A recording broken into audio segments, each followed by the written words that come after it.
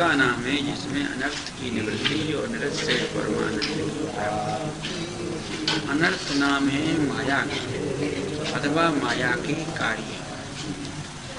नाम रूपात्मक जितना भी जगत है वो ये सब अनर्थ नाम से कहा जाता है। इसको अनर्थ कह दें, बंध कह दें, जन्म मरण का चक्र कह दें, दुख कहें, इसके अनर्थ की निवृत्ति पूर्वक और निरस्य परमानंद की प्राप्ति का नाम मोक्ष। इस मोक्ष की जब प्राप्ति होती है तभी ये मानव सुखी होता है, अन्यथा सुखी नहीं। तो यहाँ और जो साधन है जिनको हम कर्म उपासना कहते हैं वह साधन कौन है? मुख्य साधन तो केवल ज्ञान। रते ज्ञानान्य मोक्षः ज्ञानादैव तु कैवल्यम्। ज्ञान के बिना मोक्ष नहीं और ज्ञान से ही मोक्ष मिलता है। अन्वय व्यतिरेक जो सिद्धांत का है, अन्वय व्यतिरेक दृष्टांत के द्वारा ये बतलाया जाता है कि ज्ञान रहेगा तो मोक्ष होगा और ज्ञान नहीं होगा तो मोक्ष नहीं। अतः सबसे प्रबल साधन, सबसे मुख्य साधन, सबसे निकटतम साधन ज्ञान है। और साक्षात्कार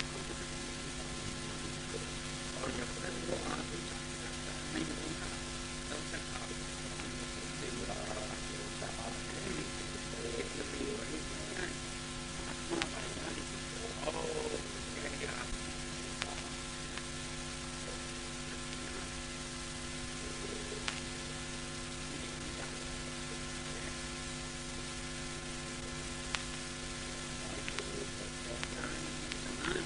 कोई वस्तु पवित्र नहीं है, कोई वस्तु पवित्र नहीं। संसार के साधनों, संसार के पदार्थों यदि कोई पवित्र है तो ज्ञान है। पवि नाम है वज्र का और त्रय नाम है रक्षा। पवि नाम वज्र मन वज्र से उपलक्षण कष्ट। वज्र जिसके सिर में गिर जाए तो फट जाता है, जिसके ऊपर वह चोट कर दे और नाम मरना और जन्मना ही ये भी वज्र से मरने का है, जन्मने का जो है वज्र से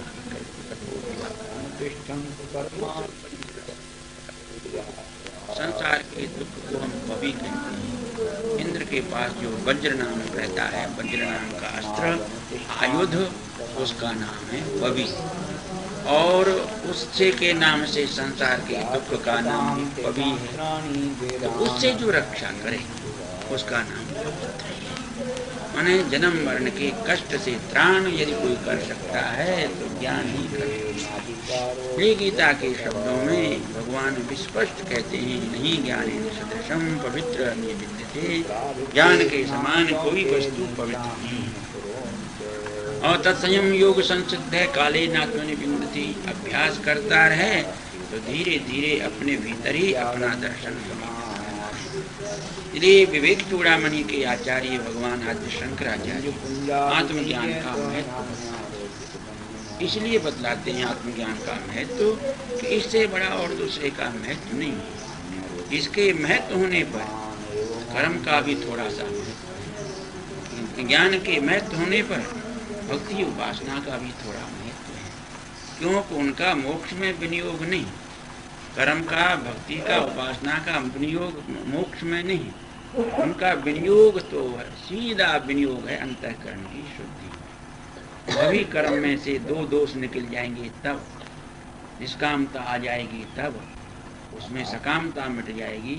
निषिद्ध और आदि कर्मों से निवृत्ति पूर्वक निष्काम कर्मानुष्ठान जब करेगा तब वो अंतःकरण की शुद्धि